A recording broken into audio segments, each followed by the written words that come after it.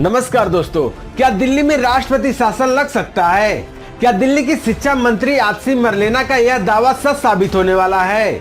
आतिशी ने पहले भी कहा था कि दिल्ली सरकार को गिराने की साजिश हो रही है।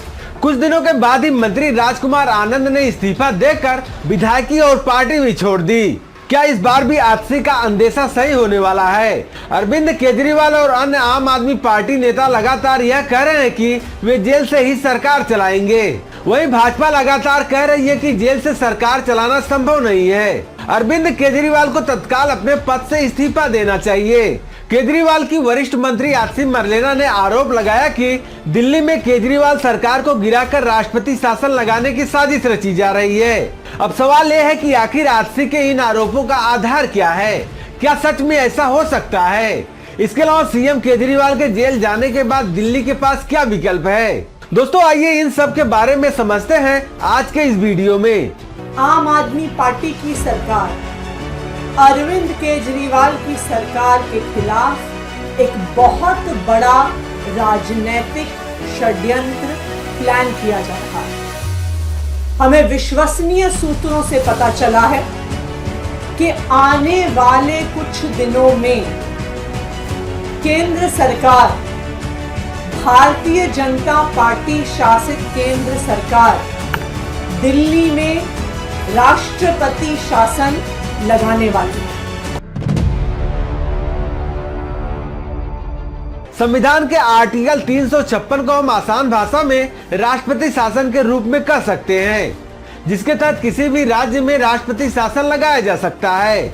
जब राज्य में किसी भी पार्टी के पास बहुमत ना हो और गठबंधन की सरकार भी ना चल पा रही हो, या फिर राज्य की सरकार संविधान के अनुरूप काम नहीं कर पा रही है, तो ऐसी स्थिति में राज्यपाल राज्य में राष्ट्रपति शासन लगाने की अनुरोध कर सकता है।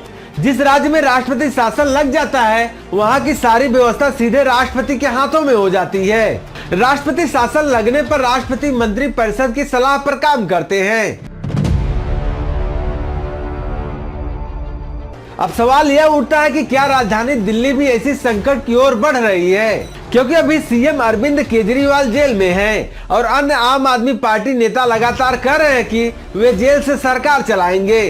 दोस्तों, आपको बता दूं कि सीएम अरविंद केजरीवाल को अभी किसी भी मामले में कोर्ट ने दोषी नहीं करार दिया है, जिसकी वजह से वे अब तक अपने पद पर बने हुए हैं। संविधान में इस तरह की कोई व्यवस्था भी नहीं है कि अगर सीएम जेल चला जाए तो क्या हो सकता है, क्योंकि इस तरह का ये पहला मामला है जब मुख्यमंत्री रहते हुए वे जेल गए हैं। लेकिन यह भी एक सच्चाई है कि शासन चलाने के लिए मुख्यमंत्री का बैठकों में शामिल होना जरूरी है। इस हालात में नैतिकता यही कहती है कि अरविंद केजरीवाल अपने पद से इस्तीफा दे दे और दूसरा कोई व्यक्ति सीएम का पद संभाले। 9 अप्रैल को दिल्ली हाई कोर्ट ने केजरीवाल की गिरफ्तारी को चुनौती देने वाली उनकी याचिका खारिज कर दी थी। सीएम अरविंद केजरीवाल कम से कम 15 अप्रैल तक तो जेल में ही रहेंगे। लेकिन केजरीवाल के जेल जाने के बाद दिल्ली में नया संकट खड़ा हो गया है, क्योंकि एलजी सक्सेना ने पिछले एक सप्ताह से बार बार गृह मंत्रालय को बिना किसी कारण दिल्ली सरकार को लेकर पत्र लिख रहे हैं। इसमें उन्होंने आरोप लगाया कि केजरीवाल के जेल जाने के बाद सरकार की कामकाज की चर्चा को लेकर बैठकें बुलाई गई थी, जिसमें मंत्रियों ने हिस्सा नहीं लिया। अब आप पार्टी कह रही है कि बीजेपी दिल्ली में राष्ट्रपति शासन लगाने वाली है, मतलब आम आदमी पार्टी पर एक के बाद एक मुसीबतें आ रही है। हालांकि दिल्ली सरकार की मंत्री आतिशी मरलेना ने राष्ट्रपति शासन की आशंका के पीछे जो वजह बताई है, इसे समझना थोड़ा अजीब लग सकता है। दरअसल आतिशी ने प्रेस कॉन्फ्रेंस कर कहा कि आम आदमी पार्टी की सरकार के खिलाफ एक बहुत बड़ा राजनीतिक षड्यंत्र रचा जा रहा है। हमें विश्वसनीय सूत्रों से पता चला है कि आने वाले कुछ दिनों में बीजेपी शासित केंद्र सरकार दिल्ली में राष्ट्रपति शासन लगाने वाली है। दिल्ली में अभी जो व्यवस्था चल रही है, उसमें राज्यपाल भी एक तरह से सरकार चलाते हैं, नौकरशाही पर उनका ही नियंत्रण है। तो फिर दिल्ली में राष्ट्रपति शासन क्यों लगाया जाए? इसके कई संकेत पिछले कुछ दिनों से दिख रहे हैं। हम पिछले कई दिनों से देख रहे हैं कि दिल्ली में किसी भी अफसर की पोस्टिंग नहीं हो रही। जो आईएएस अफसर हैं, उनकी पोस्टिंग एमएचए द्वारा कंट्रोल्ड होती है, लेकिन पिछले कई महीनों से किसी भी सीनियर आईएएस अफसर की पोस्टिंग दिल्ली में नहीं है। दूसरी बात, दिल्ली के अंदर कई विभाग खाली हैं, वहां अफसर पोस्टेड नहीं हैं, लेकिन फिर भी दिल्ली के अंदर किसी भी अफसर को नहीं लगाया जा रहा है। तीसरी बात, एलजी साहब पिछले एक हफ्ते से एमएचए को बार बार बिना किसी कारण के दिल्ली सरकार को लेके चिट्ठियां लिख रहे हैं। कहते हैं कि मंत्रीगण मीटिंग में नहीं आते, कहते हैं कि मुझे चर्चा करनी है, वो मैंने मीटिंग पे बुला रहा हूं, ये मीटिंग में नहीं आ रहे हैं। ये वही एलजी साहब हैं जो कोर्ट में खड़े होके कहते हैं कि जी ये ट्रांसफर्ड सब्जेक्ट है, मेरा इससे कोई लेना देना नहीं है।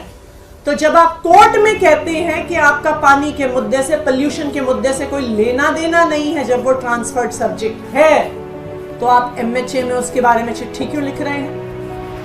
चौथी बात, दिल्ली सरकार के अफसरों ने मॉडल कोड ऑफ कंडक्ट का बहाना बनाकर किसी भी मीटिंग में आना बंद कर दिया है, चाहे वो कितने इंपॉर्टेंट मुद्दे पर हो। इन्हीं सब कारणों को उन्होंने राष्ट्रपति शासन लगाने की थ्योरी बता दी है। आम आदमी पार्टी का कहना कि बीजेपी दिल्ली में केजरीवाल को हरा नहीं सकती, इसलिए सरकार को गिराने का नया हथकंडा अपना रही है। आस्ती ने कहा कि अरविंद केजरीवाल सरकार ने दिल्ली की हर महिला को 1000 रुपए महीना देने का वादा किया है।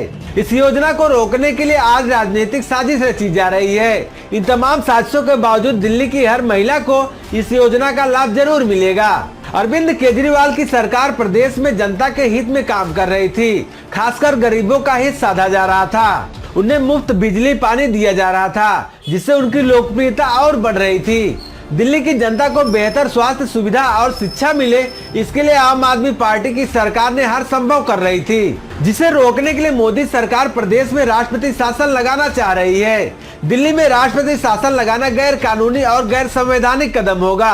आस्ती के इन आरोपों पर बीजेपी के प्रदेश अध्यक्ष वीरेंद्र सचदेवा ने पूछा कि क्या दिल्ली की बहुमत वाली पार्टी के सारे विधायक छोड़कर जा चुके हैं, जो उन्हें सरकार गिरने का डर सता रहा है। दरअसल अभी आम आदमी पार्टी के बड़े नेता और दिल्ली सरकार के मंत्री राजकुमार आनंद ने इस्तीफा दे दिया था। ये कैसे मुमकिन है और इसके आधार क्या हैं, ये हम आपको बताते हैं। दरअसल एलजी को अधिकार है कि दिल्ली की सरकार बर्खास्त कर सकते हैं। सरकार बर्खास्तगी की वजह सीएम को जेल में होना बताया जा सकता है। सरकार बर्खास्त करने के बाद राष्ट्रपति शासन की सिफारिश कर सकते हैं। नियम के तहत सीएम ज्यादा दिनों तक जेल से सरकार नहीं चला सकते। इस आधार पर दिल्ली में आर्टिकल 239AB के तहत राष्ट्रपति शासन लग सकता है। दिल्ली में राष्ट्रपति शासन से बचने के लिए आम आदमी पार्टी के पास एक विकल्प है, और वो है कि दिल्ली में किसी और को सीएम की गद्दी पर बिठाना होगा, ताकि उनकी सरकार भी बची रहे और दिल्ली में राष्ट्रपति शासन भी ना लगे। दोस्तों, आपको बता दें कि केजरीवाल के जेल जाने के बाद से ही उनकी पत्नी आम आदमी पार्टी के मुख्यमंत्री पद के लिए सुनीता केजरीवाल का नाम सामने आ रहा था, मगर संजय सिंह के जेल के बाहर आने के बाद उनके नाम की भी चर्चा है। यानी आप पार्टी इन दो नामों में से किसी एक का चुनाव कर सकती है।